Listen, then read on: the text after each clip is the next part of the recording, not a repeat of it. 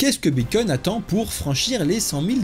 Devenu de nouveau l'homme le plus riche de l'histoire avec 347,8 milliards de dollars. Polymarket ferme ses portes en France. Bon bah ça c'est bon, on le savait. Quand est-ce qu'on a la alt season?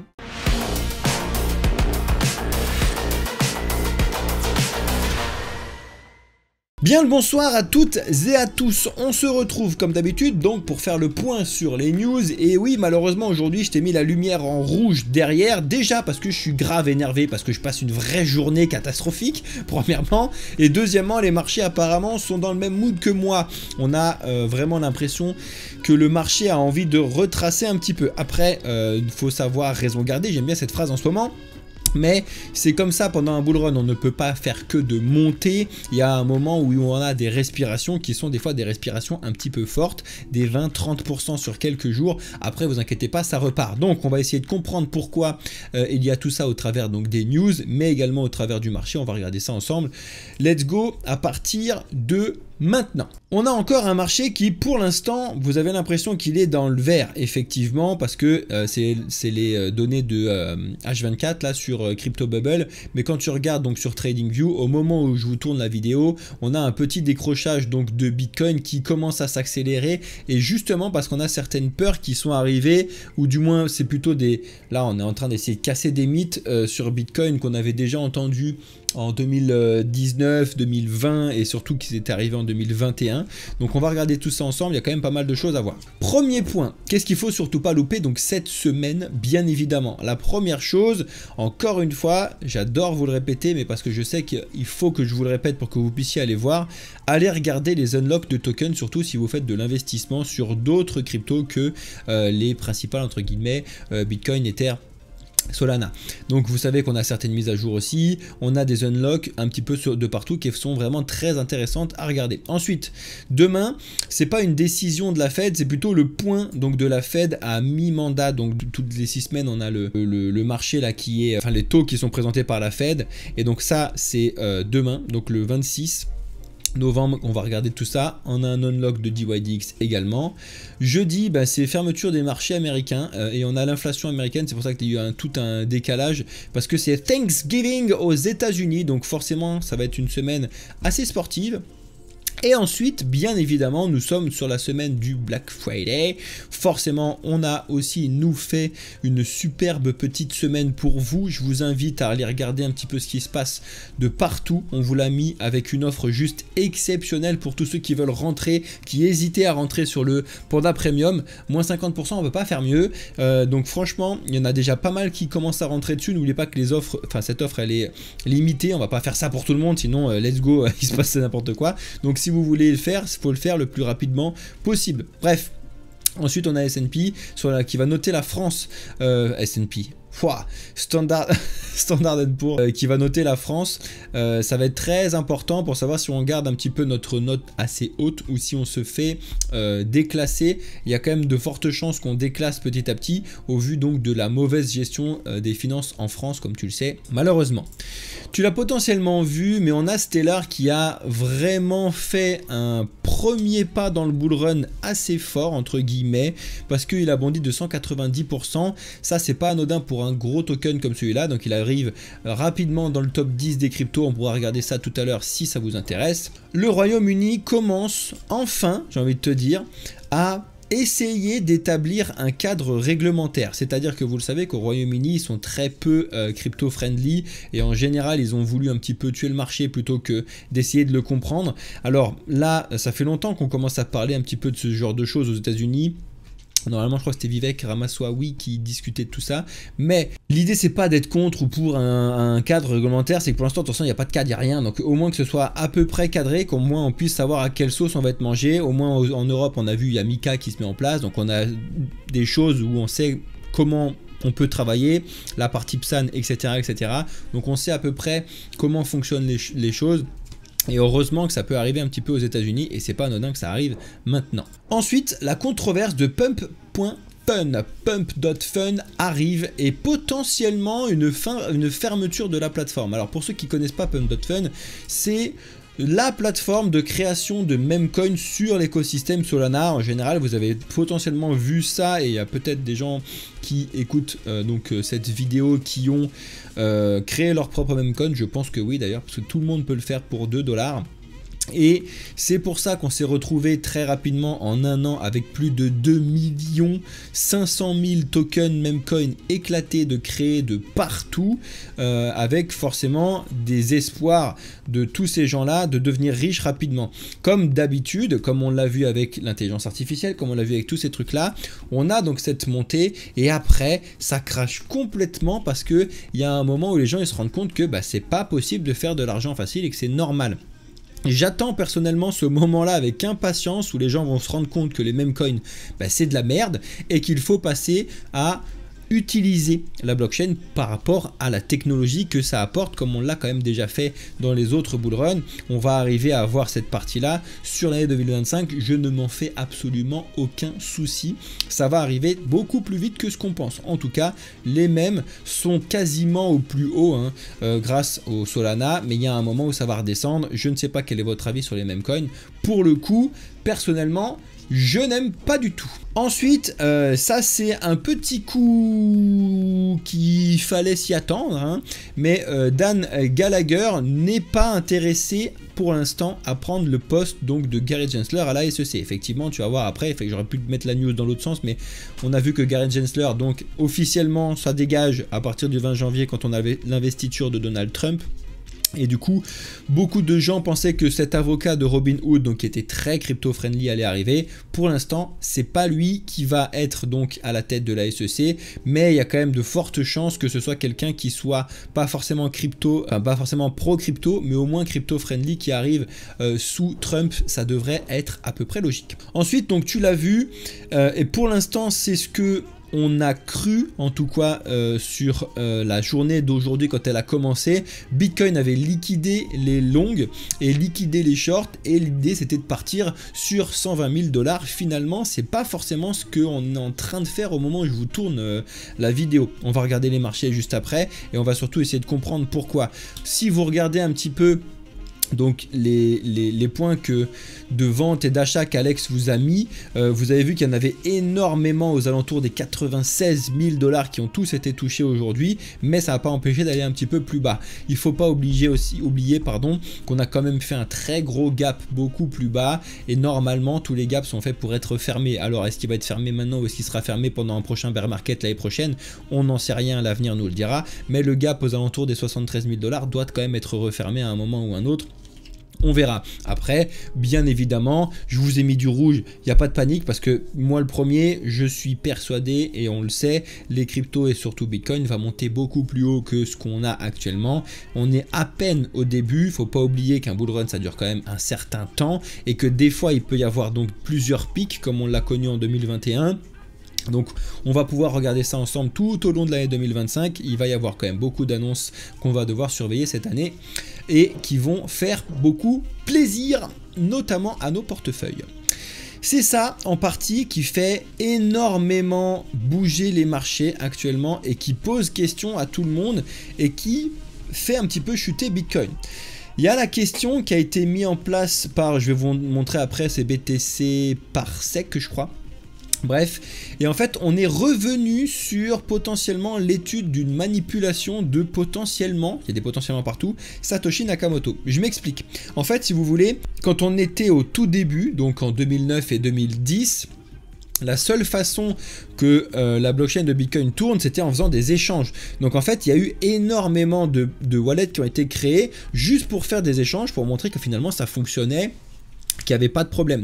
Donc en fait, il y a eu une étude donc, qui a été faite par BTC Parser, que je peux vous montrer ici directement, qui est allé rechercher donc tout en fait les wallets en question. Il y en a quand même beaucoup. Et cette époque-là, c'était pas énorme d'avoir 50 ou 100 ou 150 bitcoins sur son wallet, parce que c'était ce qui permettait de faire les échanges à l'époque, je vous rappelle, parce que chaque bloc récompensé donnait 50 bitcoins au début.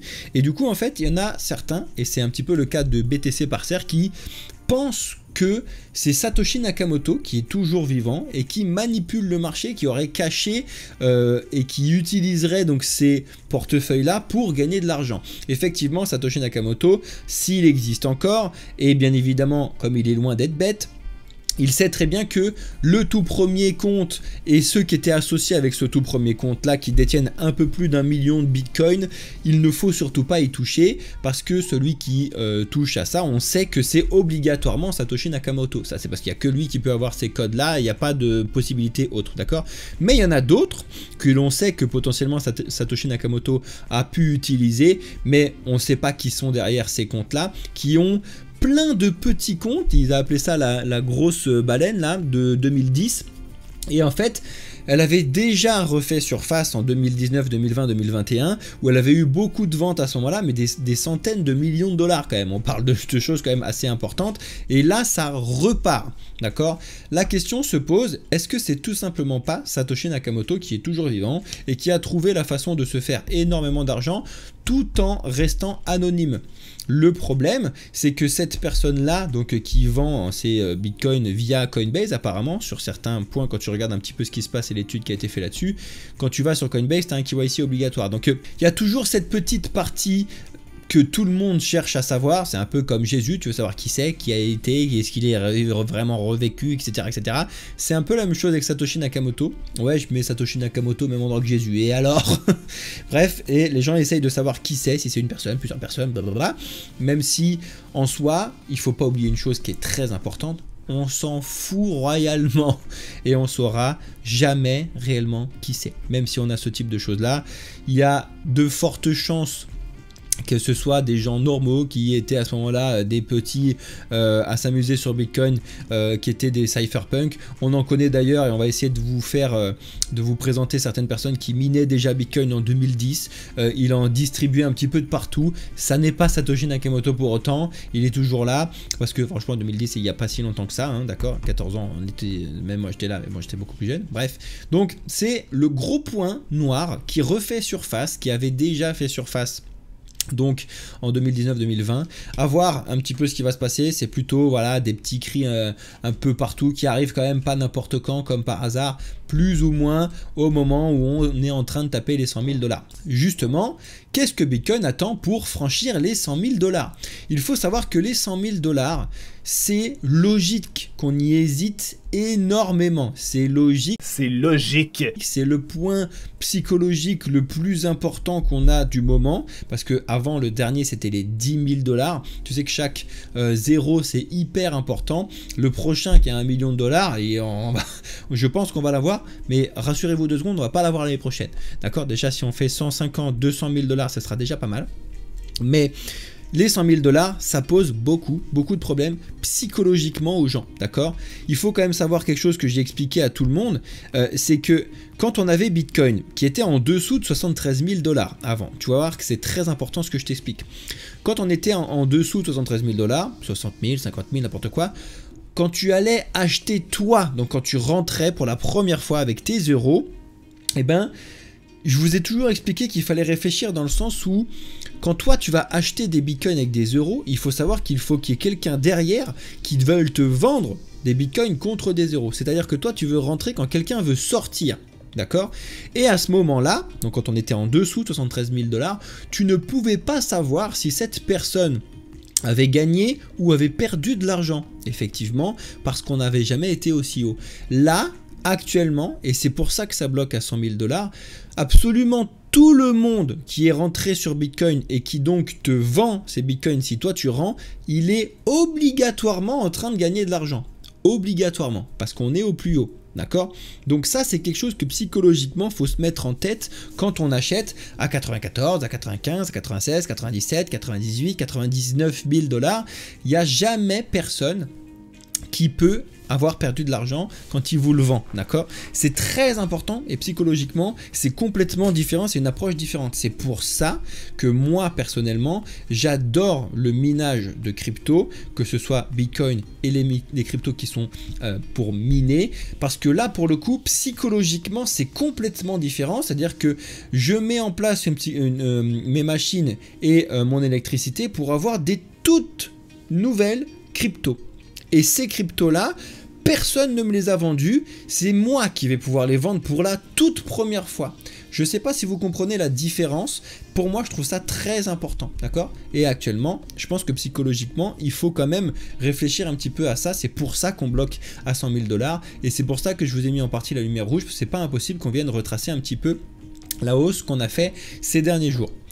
Ensuite, je vais vous parler de cette grosse annonce, parce que vous le savez, vous le voyez d'ailleurs normalement autour de nous, et puis vous savez que on est ambassadeur donc de Débloque. Je sais qu'il y en a beaucoup qui attendaient ce type de choses là pour avoir de plus en plus confiance en cette société. Sachez donc que nous on vous offre donc des sous, mais surtout aussi un premium sur Débloque, parce qu'on est ambassadeur de ce projet là qui est une banque et en même temps un service crypto dont tu détiens tes cryptos. C'est les premiers de partout, c'est les premiers à faire ce service là, c'est les premiers qui font ce service là à recevoir l'agrément PSAN. D'accord? Donc effectivement c'est la deuxième société crypto, mais c'est les premiers qui font ça, qui sont PSAN. C'est juste exceptionnel en termes de confiance de votre part. L'agrément PSAN, on parle pas juste du document de validation, je sais plus le nom, de réglementation PSAN ou je sais pas quoi, où il y en a beaucoup qui l'ont eu. L'agrément PSAN, c'est vraiment le Graal au possible, vérifié 50 milliards de fois par l'autorité des marchés financiers, l'AMF.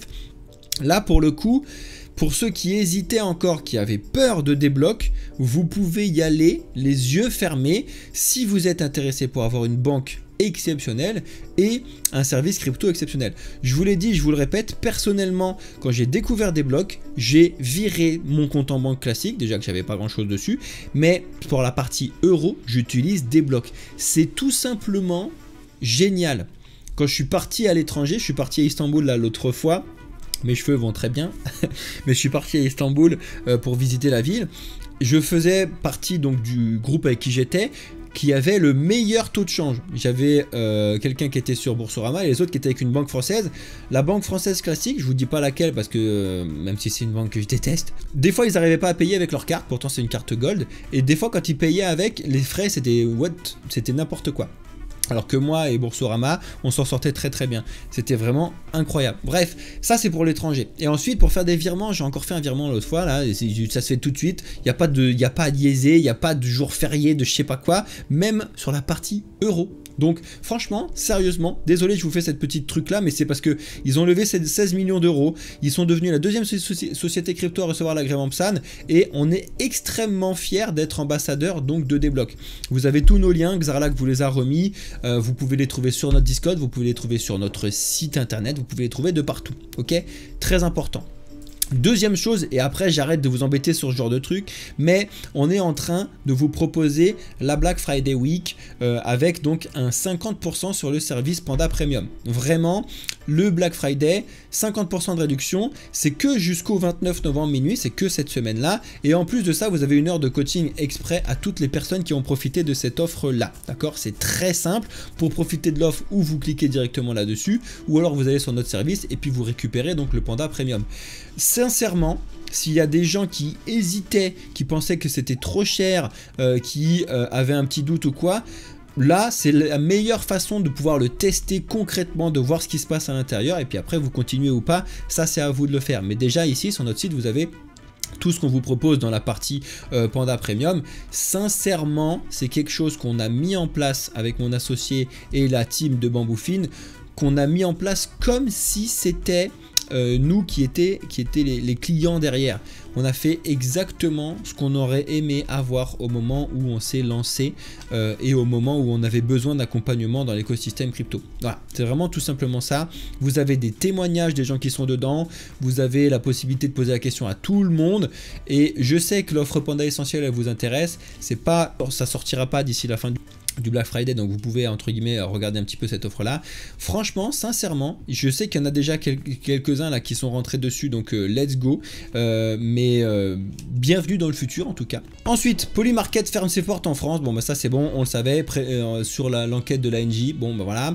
Ensuite d'ailleurs Polymarket et les marchés prédictifs en général depuis l'élection de Trump, ça pose question beaucoup parce qu'il y en a de nouveaux qui arrivent, des projets de gambling crypto, bref, on a déjà vu, très shady, très compliqué.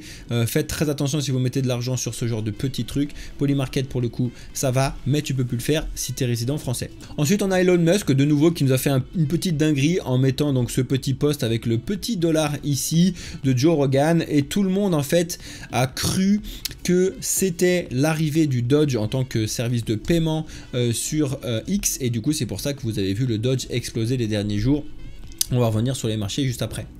Ensuite, donc c'est la semaine qui est très importante, hein, qu'on doit surveiller, comme je vous l'ai expliqué tout à l'heure, mais c'est surtout en fait l'indice PCE qui va tomber cette semaine qu'il va falloir surveiller, parce que la minute du FOMC à la rigueur, bon, c'est intéressant de voir un petit peu le mandat actuel du FOMC, savoir où est-ce qu'on en est.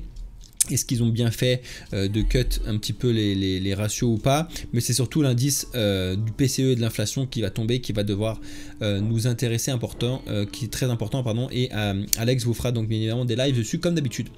On a plusieurs grosses sociétés, hein, même en France, qui arrivent et qui rentrent un petit peu de leur fortune sur Bitcoin. Là pour le coup c'est deux entreprises de biopharmaceutiques qui ont alloué $1 million à Bitcoin. Voilà, tu sais bien que pour le coup, pour le faire, ils sont passés par MicroStrategy. Ensuite, la question que tout le monde se pose pour Ether, mais pour les autres, quand est-ce qu'on a la alt season? C'est un petit peu la question, hein, qui est derrière ces $4 000 qui finalement, tu te rends compte que le palier qui est censé être atteint sur ce bull run que tout le monde attend pour Ethereum, c'est au moins $10 000. D'accord, je vous le dis comme ça, c'est le truc que tout le monde attend. Et on attend de voir cette petite alt season et donc de voir la dominance de Bitcoin baisser. Écoutez, l'avenir nous le dira. Il y a un moment où de toute façon on va repartir dessus. Il y a potentiellement un monde où quand les mêmes coins vont s'écraser la tronche, ce sera à ce moment là où on va avoir l'alt season, parce que du coup la thune des mêmes coins va passer sur la partie alt season et l'utilité va revenir et ça va repartir un petit peu fort là-dessus. En tout cas, ne vous inquiétez pas, on a toujours eu un décalage, du moins sur les derniers cycles, entre Bitcoin et l'alt season. Pour l'instant, c'est normal, tout va à peu près bien. Ensuite, c'est Thanksgiving, et du coup, ça c'était pour réagir effectivement au petit post donc, de Gary Gensler qui a expliqué que le vin, bah, il dégage, donc tout le monde est en train de fêter un petit peu avec des mèmes de partout, open to. J'adore les mèmes qui sont sortis dessus, c'est assez ouf, mais bon bref, c'est pour ça que justement vous avez eu l'UXRP qui a explosé.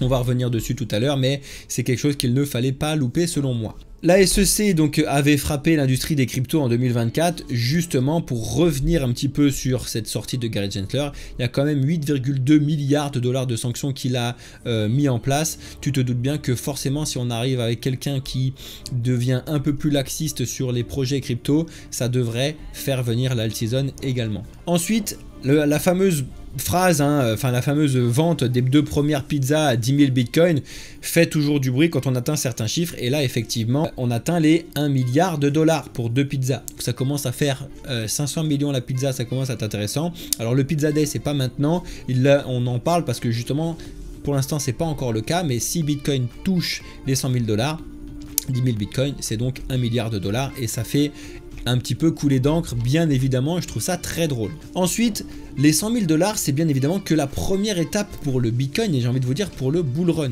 parce que en fait, une fois qu'on aura dépassé les 100 000 dollars, j'ai envie de te dire qu'on aura crevé le plafond et crevé l'abcès psychologique compliqué, et après il n'y a pas réellement de plafond. Il va falloir savoir où est-ce qu'on va pouvoir s'arrêter, même si oui, psychologiquement les 150 et les 200 000 dollars vont être déjà un petit peu compliqués, entre guillemets. Si on passe les 100 000, on devrait voir une envolée quand même assez rapide, au moins, comme on vous l'a vu tout à l'heure, sur les 120 000 dollars. Ça devrait à peu près aller vite, même si, bien évidemment, je n'ai toujours pas de boule de cristal comme d'habitude. Par contre, et ça c'est très drôle, on a une entreprise qui a décidé de porter ses balls et de shorter l'action de MicroStrategy. Donc le MSTR s'est effondré de 25%. Effectivement, c'est assez intéressant, mais en même temps, il y a des gens qui sont conscients, comme moi je vous l'ai dit, on ne peut pas faire que de monter. Il y a un moment où il y a des gens qui prennent des bénéfices, et il y a un moment où il y a des gens qui vont shorter fortement. Désolé, il faut que je boive de l'eau un peu. Bref, donc ça me fait vachement rire, parce que à côté de ça, on a eu la news que je t'ai montré tout à l'heure. Il y en a une autre juste après. Ça, c'est très intéressant. On a de la tokenisation. Vous entendez de moins en moins ce mot, mais alors que vous allez entendre de plus en plus. Des obligations d'entreprise ont été émises sur des blockchains. Et là, pour le coup, c'est sur Ethereum. Donc, c'est ce que je te dis. L'utilisation va revenir et la vraie bonne utilisation de la blockchain pour vérifier, sécuriser, etc. Et ça va être vraiment très intéressant quand on va repartir un petit peu sur cette utilisation. Elon Musk devenu de nouveau l'homme le plus riche de l'histoire avec 347,8 milliards de dollars d'estimés. Effectivement, il a pris carrément 1 milliard de dollars par jour par rapport en fait à ses actions Tesla, etc. qui ont explosé par rapport à Donald Trump, etc. Alors non, hein. Il ne peut pas aller au guichet de sa banque et retirer 347 milliards de dollars. Hein. Non. Et non. C'est une valeur qui est complètement fictive. Alors oui, effectivement, il est très bien, mais il ne les détient pas. C'est une là. C'est juste que c'est Forbes, ils aiment bien mettre un petit peu les hommes les plus riches de la planète. Ils trouvent ça à peu près drôle. Et ensuite, c'est ce que je vous expliquais tout à l'heure, c'est qu'on a une autre société et pas des moindres, Allianz, qui a acheté une grosse partie donc des parts donc de MicroStrategy et donc qui mise directement, enfin indirectement, sur Bitcoin, comme quoi effectivement c'est un petit peu l'année donc des grosses entreprises, des grosses baleines qui achètent et qui investissent sur Bitcoin. Allez, on passe à la partie qu'il y en a certains qui attendent énormément depuis que j'ai lancé le live. Que se passe-t-il sur les marchés? Où est-ce qu'on en est sur Bitcoin? Qu'est-ce qui va se passer sur les prochains jours en essayant un petit peu d'anticiper le bazar? Effectivement, pour l'instant, Bitcoin nous a fait deux très mauvaises bougies rouges. On l'avait déjà connu de toute façon dimanche matin, mais ça a été réavalé directement. Donc effectivement là on voit qu'on est venu liquider tout le monde en fait, donc les shorters, les longers, etc. Là par contre on est en train de décrocher un petit peu plus et surtout on a eu un petit pic de volume tout à l'heure qui n'est pas à négliger. Alors c'est pas encore la panique, hein. La panique c'est si jamais tu vois une bougie comme ça qui fait un moins 20, moins 15%, là effectivement tu vas pouvoir t'inquiéter. Bon, faut pas oublier qu'on a là laissé un gros gap ici, donc il faut pas l'oublier non plus. Bref, que se passe-t-il du coup sur les indicateurs que l'on suit? Effectivement, Bitcoin tombe et on a la dominance de Bitcoin qui est tombée avec. C'est-à-dire que finalement, est-ce que ce serait pas le début de l'alt season comme beaucoup l'attendent? Parce que tu vois que on a Bitcoin qui chute, mais finalement, il y en a qui se posent la question, est-ce qu'il chuterait pas un peu tout seul? Tu as le total des cryptos qui le montre un petit peu, même si c'est un peu indirect, c'est-à-dire que tu vois que dimanche matin, on était donc à ce point-là, alors que Bitcoin, on est plus bas que dimanche matin, ce qui signifie donc qu'on a certaines cryptos qui s'en sortent mieux, et pour le coup, pour l'instant, c'est Ether qui arrive peut-être à valider un retour au-dessus des 3300 pour pouvoir aller chercher un peu plus haut et aller chercher donc la prochaine target qui est les 4000 $ que tout le monde attend, dont je vous ai déjà parlé tout à l'heure. On verra bien. On a toujours les mêmes qui s'en sortaient quand même assez bien, mais eux aussi prennent un petit coup. Encore une fois, par contre, ils sont pas encore redescendus en dessous donc de dimanche, donc d'hier. Ça c'est très intéressant. Et le total donc des cryptos sans Bitcoin, sans Ether, c'est là que tu vois qu'en fait c'est elle qui résiste un petit peu mieux. C'est des signes d'alt season, même si on n'y est pas encore. On est bloqué en termes d'alt season justement aux 949 milliards de dollars. Donc tous les projets qui ne sont pas Bitcoin et Ether sont bloqués pour l'instant. Certains s'en sortent à peu près bien, comme le XRP, tu l'as bien vu, qui est en train d'osciller entre les 1,32 et les 1,60 qu'on avait placés. Comme quoi pour tous ceux qui ragent un petit peu, qui comprennent pas pourquoi je vous mets toutes ces lignes là, on a vu pendant 1000 ans donc le XRP se balader entre ces lignes là, ces lignes bleues que je vous ai mis dont la ligne psychologique ici aussi, je vous l'avais placé il y a très longtemps, si ce n'est il y a un an, c'est pas impossible. Et comme par hasard, on est venu bloquer ici, hein. Une fois qu'on l'a validé, on est venu revalider et bloquer sur les 1,30 et on est venu bloquer sur les 1,60. C'est des zones que n'importe qui peut voir et qui sont à peu près logiques et certains s'amusent dessus. Bref, le BNB c'est toujours pour le coup le meilleur stablecoin du monde, hein, qui arrive pas trop à s'en sortir, aller plus haut que 600 000 $ entre guillemets en moyenne, mais pour l'instant il est quand même sur son point un peu plus haut. ADA c'est un peu la même chose que XRP parce que ça fait partie des très gros projets qui sont ou qui essayent de devenir proches donc de Donald Trump et qui avaient aussi beaucoup de gros problèmes potentiels avec la SEC et qui du coup si Gary Gensler dégage ça devrait aller beaucoup mieux. Donc Voilà un peu les points sur les gros projets que je voulais vous montrer. Ensuite, très important, on a un vrai retour d'Atom. Pour le coup, on a un vrai gros rebond que beaucoup de gens attendaient, et moi compris, sur Atom, avec un joli 140-150% qu'on a atteint l'autre fois.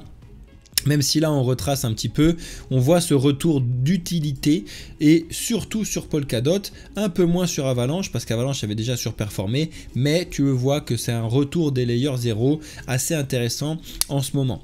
Ensuite, on a le CKB qui surperforme un petit peu cette dernière journée, mais en vrai, la dinguerie c'était surtout en septembre. Pour l'instant, c'est pas énorme ce qui se passe là-dessus.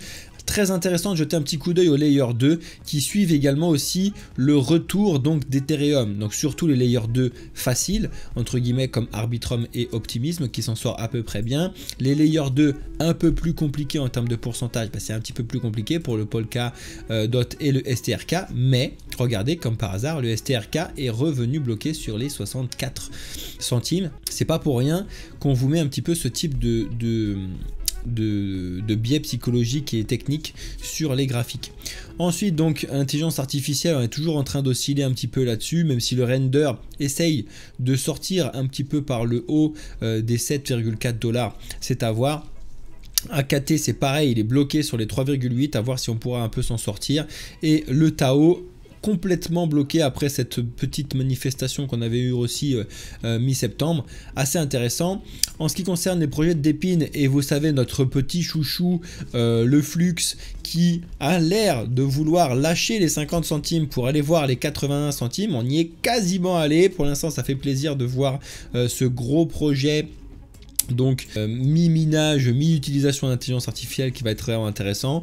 En ce qui concerne Helium, c'est très compliqué pour l'instant. Ils sont vraiment plutôt en train de baisser parce qu'en fait ils avaient connu vraiment une belle hausse cet été. Donc pour l'instant ça respire un petit peu. Le Jami pour le coup lui arrive aussi à nous faire une belle petite sortie pour l'instant. Il va falloir valider au-dessus des 2 centimes 4 là. Si on peut repartir ça serait vraiment bien. Le gaming, on a un semblant de retour. Je sais que vous avez potentiellement vu le gala péter un câble, le Sand pardon. Je pense que vous n'avez pas loupé ce truc là, du moins il fallait pas le louper. Mais il y a plein de monde qui disait tiens le sandbox c'est fini, c'est fini, c'est fini. Regardez, quand c'est fini, des très gros projets comme ça, c'est là où des fois tu arrives à faire des mouvements énormes, 284%. Sur 2 semaines, énorme, vrai gros retour un petit peu du gaming, surtout de la partie métavers sur cette partie, enfin sur ce chose là qu'on surveille. Du coup c'est un petit peu suivi par le gala mais un petit peu moins fort. IMX également beaucoup moins fort, même si on a cette petite montée qui n'est pas négligeable. Sur les oracles, on a le Link qui arrive et qui allait taper les 18 balles, donc ça fait plaisir. On n'était pas allé chercher donc ce point là depuis cet été, donc depuis juin, donc franchement faut se féliciter là-dessus. Le Pit un peu moins bon, mais il n'est pas encore arrivé sur ces points de juin, donc à savoir les 50 centimes, pourquoi pas. Et API 3 c'est pareil, on est allé chercher donc ce point de juin-juillet, à voir si on arrive à remonter un peu. Et après je voulais vous montrer rapidement le Dodge, on va pas tous les faire, que vous puissiez un petit peu voir ce qui s'est passé sur cette petite paire de crypto Dodge Tether et qui a donc explosé donc depuis vraiment j'ai envie de te dire l'élection d'Elon Musk, parce que c'est quasiment Elon Musk qui a été élu, mais le Dodge fait partie des projets qui a pris 373% depuis cette annonce là.